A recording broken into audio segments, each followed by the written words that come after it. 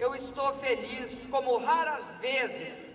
Dilma Rousseff beginning her presidency in 2011.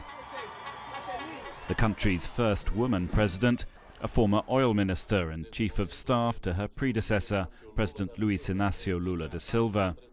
Lula, as he's known, had hand-picked her as his successor.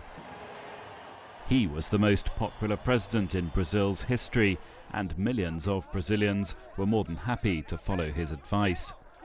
And with the country's leftist Labour Party, Rousseff had credibility.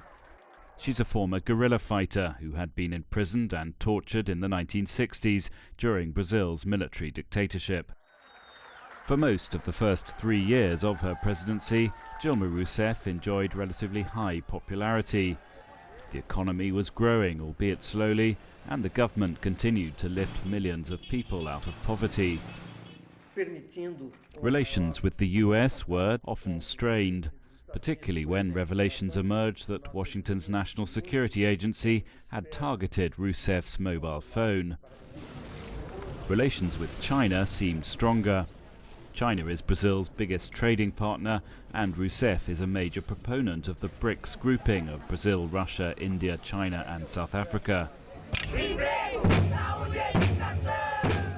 But domestically, things have been going less well for the president.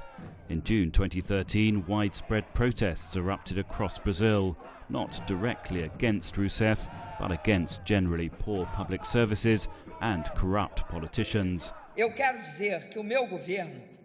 Rousseff went on national television to say she was listening to the protesters' concerns and even agreed with them.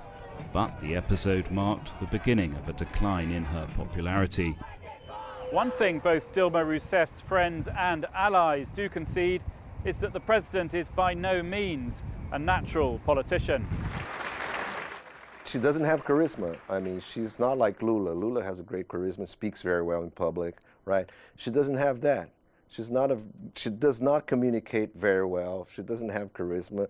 She's like a technocratic, type, and that doesn't help her at all, I think. Stephen Gibbs, CCTV, Rio de Janeiro.